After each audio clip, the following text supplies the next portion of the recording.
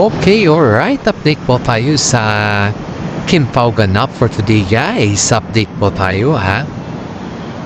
So, yun, guys, ay pinuri ni Paolo Avellino si Kim Chiu dahil sa kanyang kaseksihan. Dahil alam niyo ba, guys, na nun sa araw ay di ba may birthday celebration si Kim Chiu? Napakasimple lang po yun, guys, ha? Nasa po sila sa private resort tapos nagsama po nila yung kanilang mga kaibigan doon.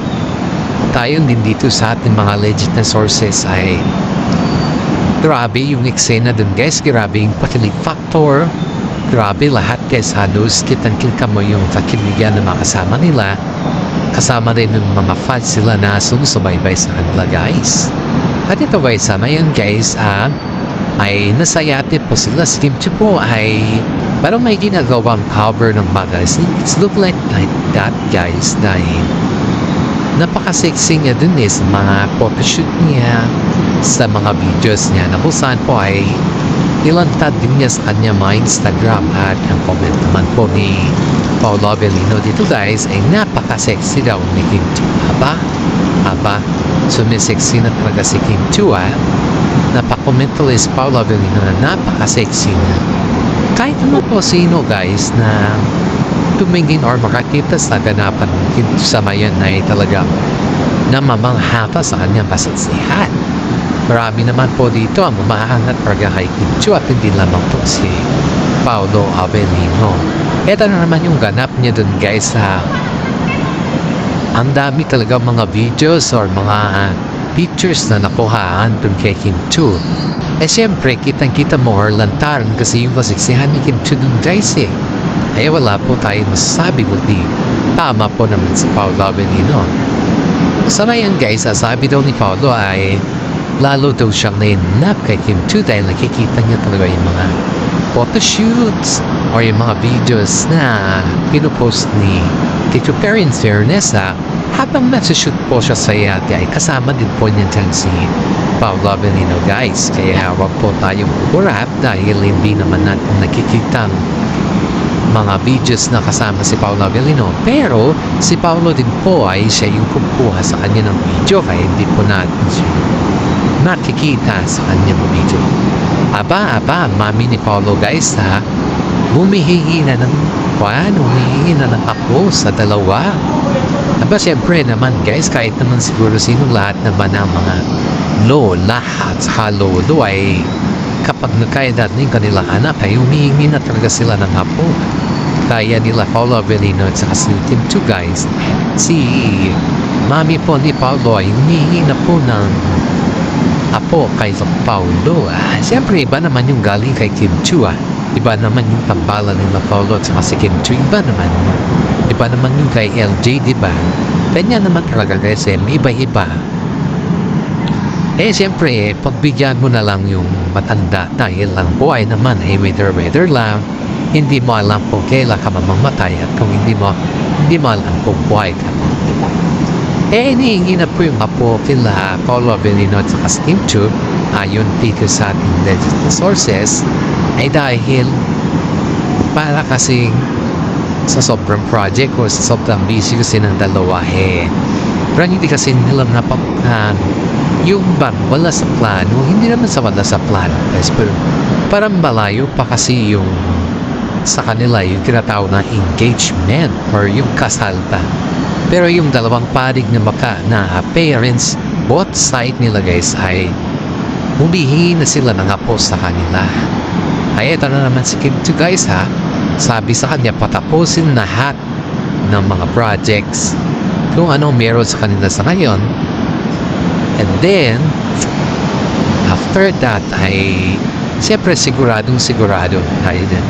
Aba, talagang gusto nila yung tambalan nila tungkol sa si Paolo Avellino, guys. Talagang gusto na nila. Aba, siyempre, ito naman si Kim Yae. Dami pa kasi nilang mga project, guys. Kaya, siyempre, ikaw naman, artista na sikat, mas mauna mo na yung mga project bago ng mga mamayan. Kasi nakapagkintay ng mga mamayan, di ba? Sabi naman ni Kim Chiu ay patapusin lahat ng Manila project and after that doon na sila mag-start ng tinatawag nila family moment pa yung move on sila ni Paolo Avellino.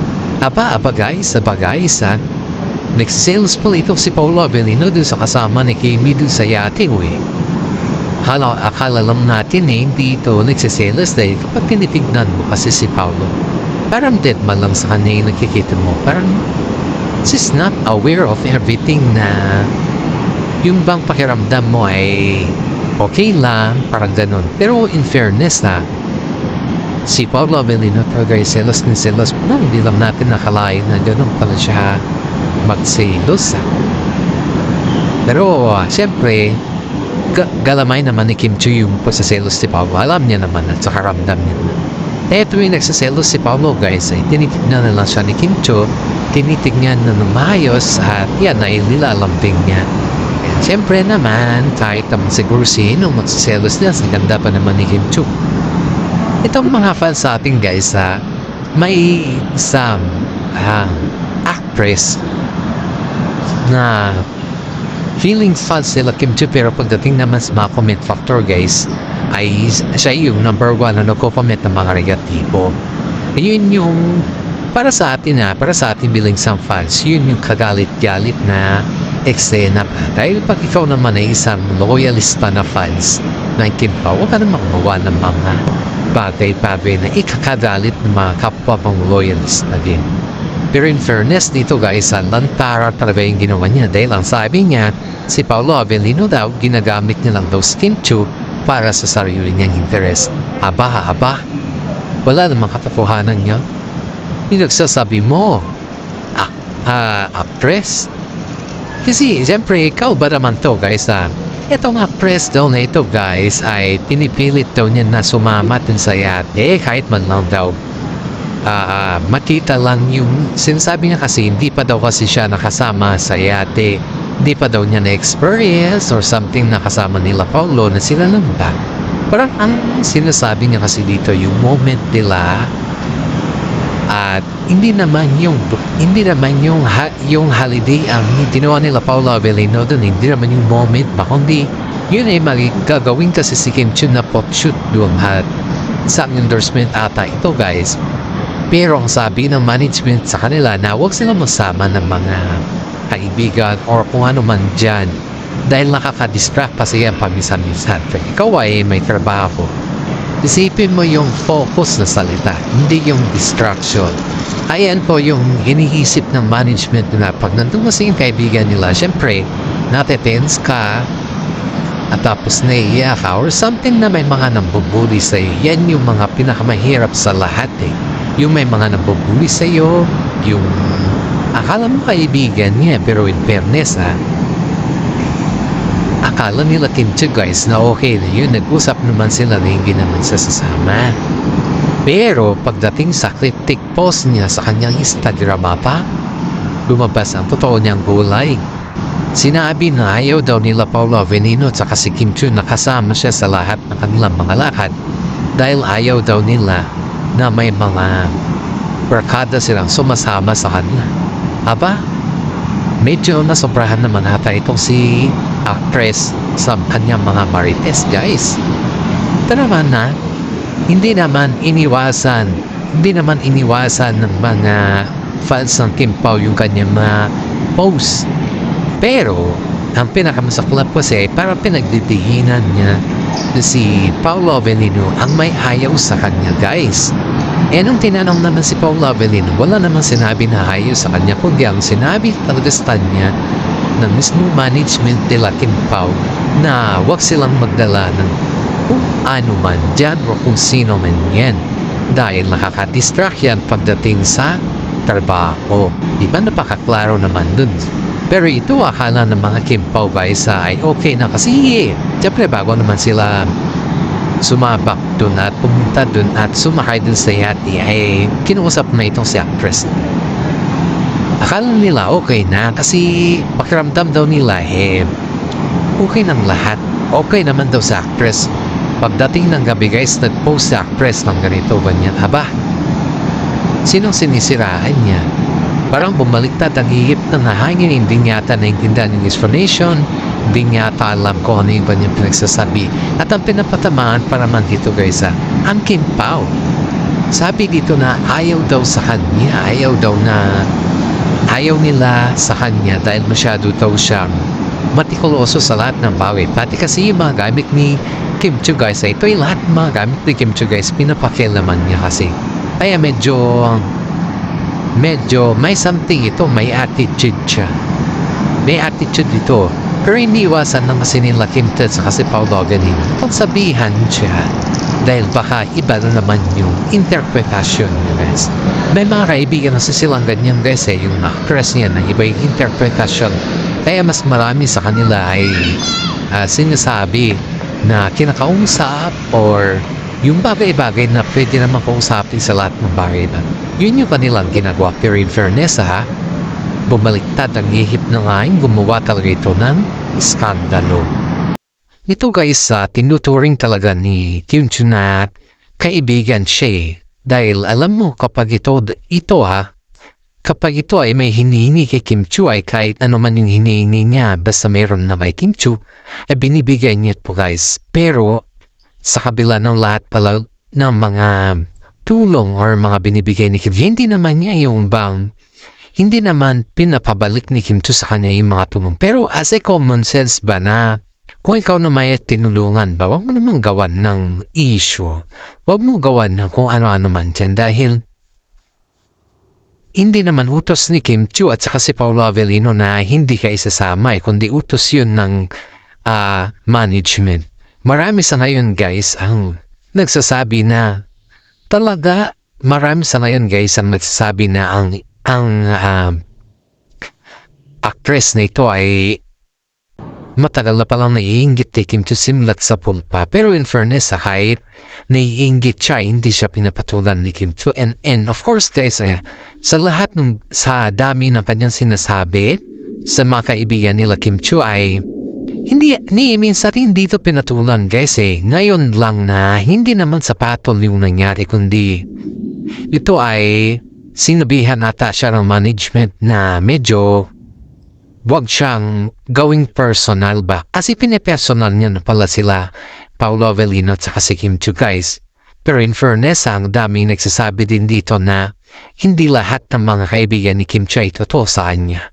Which is tama naman guys. Dahil dito, sa babaeng ito guys, ang daming lumabas sa bibig niya na hindi naman kaya ba?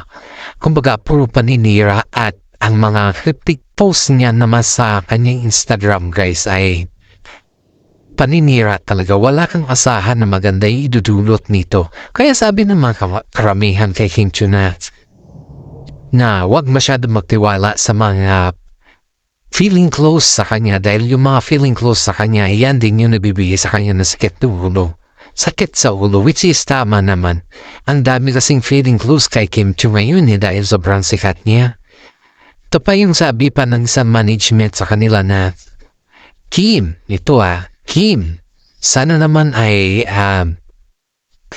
kahit sobrang sikat mo na sana yun o sobrang trending mo na, viral ka pa, sana naman yung mga kaibigan mo piliin mo din dahil hindi lahat mga malapit sa inyo humihingi ng tulong ay kaibigan mo na talaga, kundi yan ay ginagamit ka lang nila para din sa sarili nilang interes at saka yung bang to think na ginagawan ka din nila ng issue. Kagaya na yun guys, tignan mo.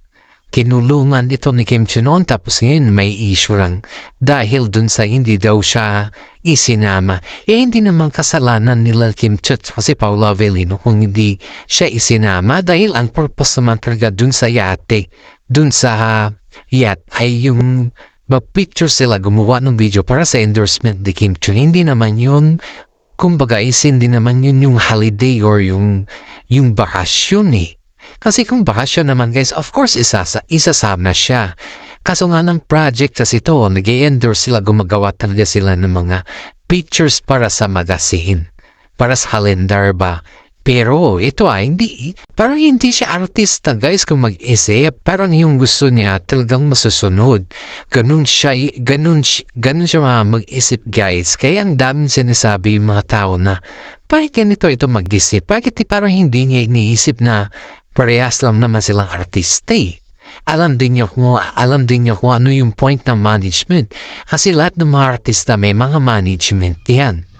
Kaya maraming mga netizen po ang nagsasabi na medyo dahan-dahan muna si Kim Chiu sa kanya mga kaibigan dahil hindi lahat ng mga kaibigan niya ay totoo sa kanya.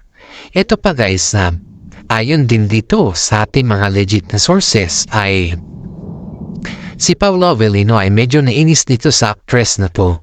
Kaso nga lang, si Kim Chiu kasi, huwag mo nang patulan. Ikaw din yung walang isip niya pag pinapatulan mo. Yun yung sagot niya yun yung sabi niya kay Paolo. Kaya si Paolo na po ay nanahimik na. Dahil, alam niya pala guys, nung hindi siya talaga sinama, lahat ng mga kaibigan ni Kim Chiu na medyo yung mga simpatya ba, yung negatibo kay Kim Chiu, lahat mga yun guys ay kasama niya. Tapos nagkabandingan sila. Doon na rin lumabas yung galit at saka doon na rin lumabas yung inggit niya kay Kim Chiu. Haba? Naiinggit pala siya kay Kim Chiu, bakit ganun yung kanyang arte? Diba? Kung naiinggit ka, gumawa ka ng mga bagay-bagay na hindi kinaiinggitan. Saka gumawa ka din ng mga bagay-bagay na yung bang alam mo, mahalin ka ng mga netizen, di ba? Yan yung katotohanan dito kasi, yung gumawa ka ng bagay-bagay na mahalin ka ng netizen, hindi yung yung mainggit ka. Shout out naman muna tayo guys. Shout out tayo sa mga senior citizen dyan. Alam ko marami kayo dyan guys. Sa mga love na love pong senior citizen na nanonood at sumusubaybay sa atin. Maraming salamat po. Sa mga fans natin din dyan, maraming salamat din po. Paki-like and share naman po yung ating YouTube channel. Isang malaking tulong na po to para sa ating lahat. God bless po at ingat po tayo palagi.